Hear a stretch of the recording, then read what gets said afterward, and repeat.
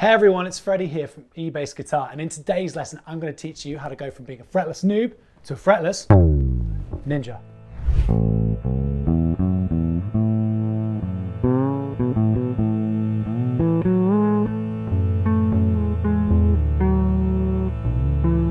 Hey guys, it's James here from eBassGuitar, and we've got another treat for you today. I've invited top eBassGuitar coach Freddie Draper down to eBassGuitar HQ, and today he is going to go through his top tips for how to play the fretless bass guitar in tune. Let's get straight on with it. Fretless basses can have such an incredible expressiveness and timbre to them. However, there is a really fine line between it adding that little bit of extra spice to completely ruining a perfectly good piece of music. So I've been playing fretless bass for about 15 years now. I'm a classically trained upright player, but when I moved to London and I started doing more sort of restaurant gigs, more residencies and more touring, it was difficult to take the double bass everywhere, and so I switched to playing more fretless bass. And it sounds very similar in timbre. It's a great sound, but there's a few things we need to consider. So in this lesson, what I'm going to do is I'm going to teach you how to get a really nice tone and how to intonate the instrument properly. So just before we get started, click the description below to get a hold of the free PDF containing tablature and notation for this lesson so you can follow along with what I'm about to tell you. So we generally have two types of fretless instruments. We have lined and unlined fingerboards. This overwater over here has lines on it indicating where the frets would be. Now, there are no frets on a fretless bass, and there are no lines on this one. This is an unlined fretless. So I really have to utilize my ears and oral training to be able to play the notes in tune or to intonate them effectively. There are two crucial components required to play fretless bass effectively. Precise fingering and oral recognition are the absolute essential things that you need to learn in order to play the instrument in tune properly and to be able to get a good tone.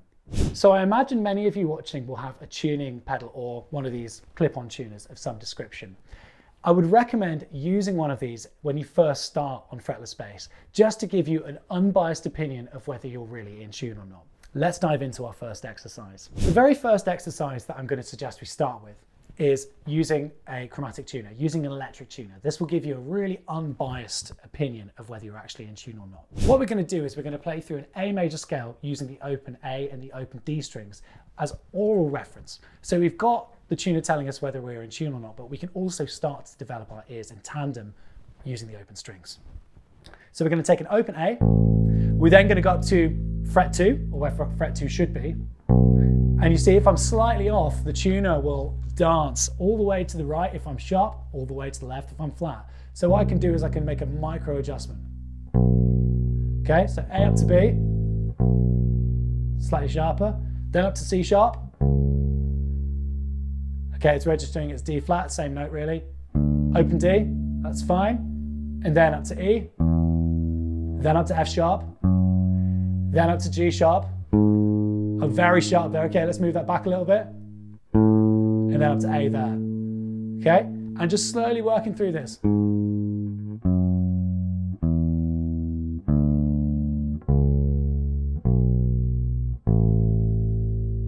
And with this particular line 6 helix tuner, it's a little bit sensitive. So I'm trying to get it in within sort of one bar. Okay, I'm getting very, very close, but the tuner is just such a good way to tell me where I really am.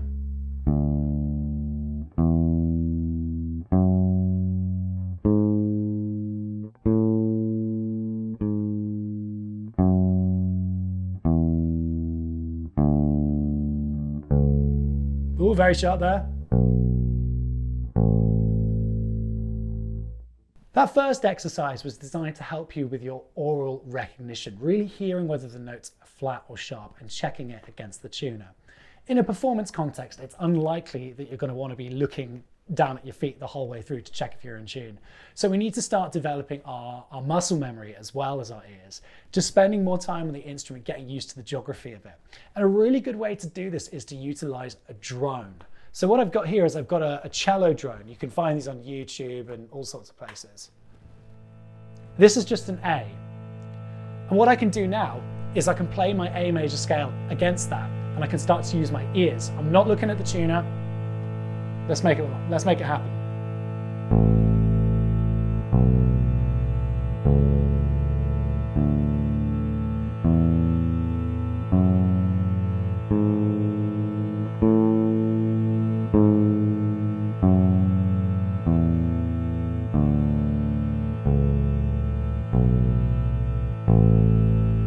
again.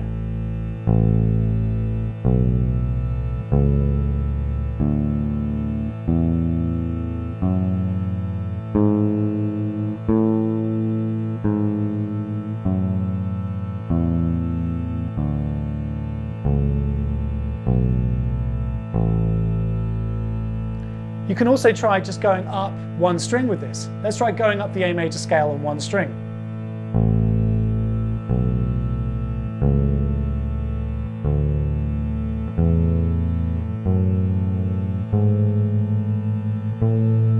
A little bit flat there.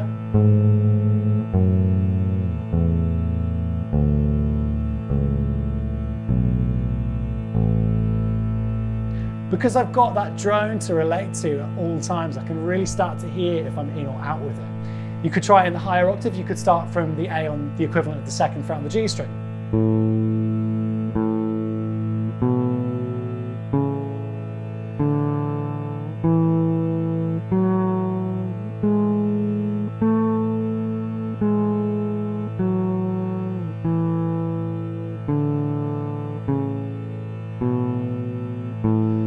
If you want a real challenge, try doing these two together. This is hard.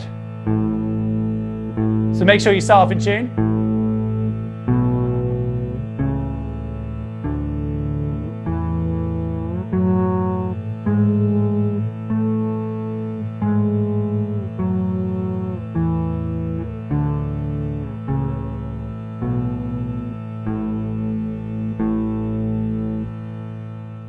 Hours and hours and hours of fun. Hey guys, it's James here. I'm so sorry to cut Freddie Draper off, but I've got a quick favor to ask you. If you're enjoying this lesson, please can you hit the red subscribe button, which is somewhere around this video if you haven't already done so. The reason why that's super important is because it will help us grow the reach of the eBassGuitar YouTube channel, which means we can keep putting great free content out like this and keep spreading the bass love all over the whole wide world. So please hit that red subscribe button, which is somewhere around this video. You might be finding it a little bit harder to intonate as the bass goes further up. It's important to remember that the frets would get closer if this bass had any frets. So we need to adjust our hand angle as we move up. We need to move the hand in slightly. We need to move the fingers even in slightly. So something that we can do to help with this is we can make micro adjustments with our fingers. So if I play a note that's close but a little bit out, I'll just play an A and then I'll play an octave A.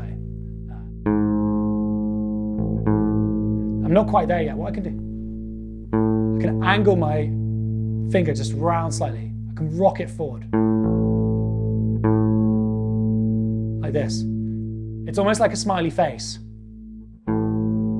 Sort of go to the other end of the smiley face. So I'm going from left to right. And if I start to speed this up, I could start to get vibrato, which is a really cool technique used by all sorts of different instruments.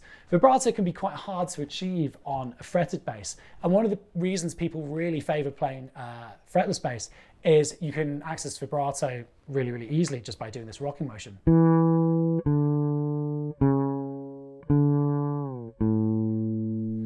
It's also a great way to cover up your intonation if you land on a note and you don't quite make it.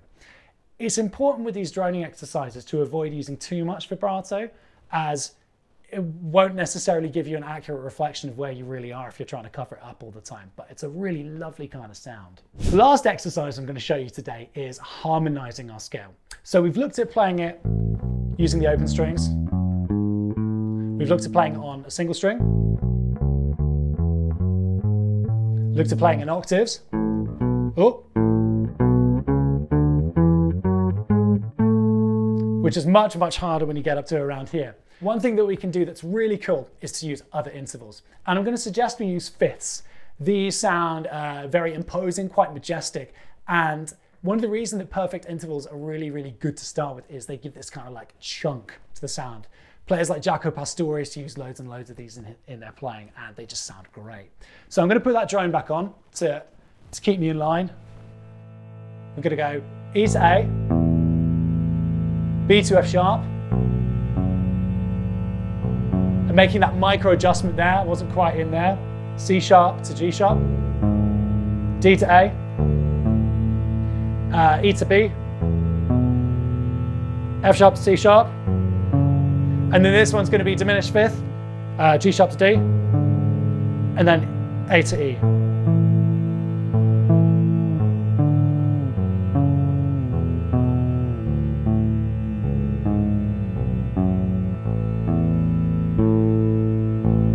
Just sounds absolutely beautiful. It's awesome. Wow, it sounds beautiful when it's intonated properly. Another interval that's really cool as well is thirds.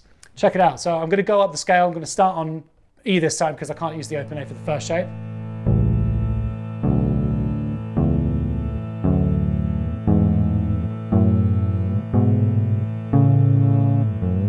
It's quite nice if you separate them like this with a little slide.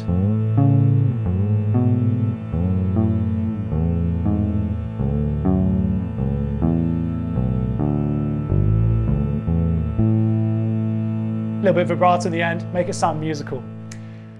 These thirds clash a little bit. It's a little bit low in the register of the instrument. This, it sounds just a little bit too cluttered. So one thing that bass players do quite a lot is they move this third up an octave to create a 10th. This sound. You'll hear players like Pino Palladino use this all the time. Check this out, I'm going to do this all on the E string. So it's major, then minor, minor, minor, sorry, major, major, minor, minor, then major.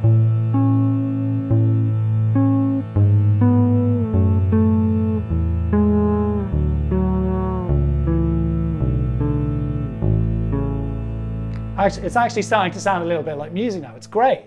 So try this with all sorts of different intervals. I suggest starting with fifths and then try tenths. If you're finding that your tune just isn't really sitting right, you can always check with your harmonics. So some of the harmonic points that we can find, we can take fret 5 on a lower string. So I'm taking the equivalent of fret 5 on D, and then you use fret 7, where fret 7 would be on the G, and I should get the same note. Okay, so if I play them together, they should sound like this. If one of them is slightly out, you'll get a little ringing sensation. Check this out. If you get this kind of wobbling and fluctuating sensation, then you're not quite together. So it's worth checking with your harmonics as well as your electric tuner. Fret 12 is also a nice one to use as well. If I take this fret 12 on the A string, it should sound as the same note. So that's another way that you can check that you're in tune. So there you have it. That's my lesson on how to go from being a fretless noob to a fretless ninja. Try these exercises. Which ones do you like? Which ones do you find hard? Let me know in the comments. So guys, that's the end of today's lesson. Now, if you've enjoyed this lesson, if you've really discovered some new stuff on how to play the fretless bass in tune, I've got a great opportunity for you, because Freddie is one of our eBassGuitar VIP coaches, and you can apply to work with him one-on-one. If you want to find out more about that, head over to eBassGuitar.com/VIP, scroll down, and you can apply right there. Cheers, I've been James from eBassGuitar.com. I'll catch you next week.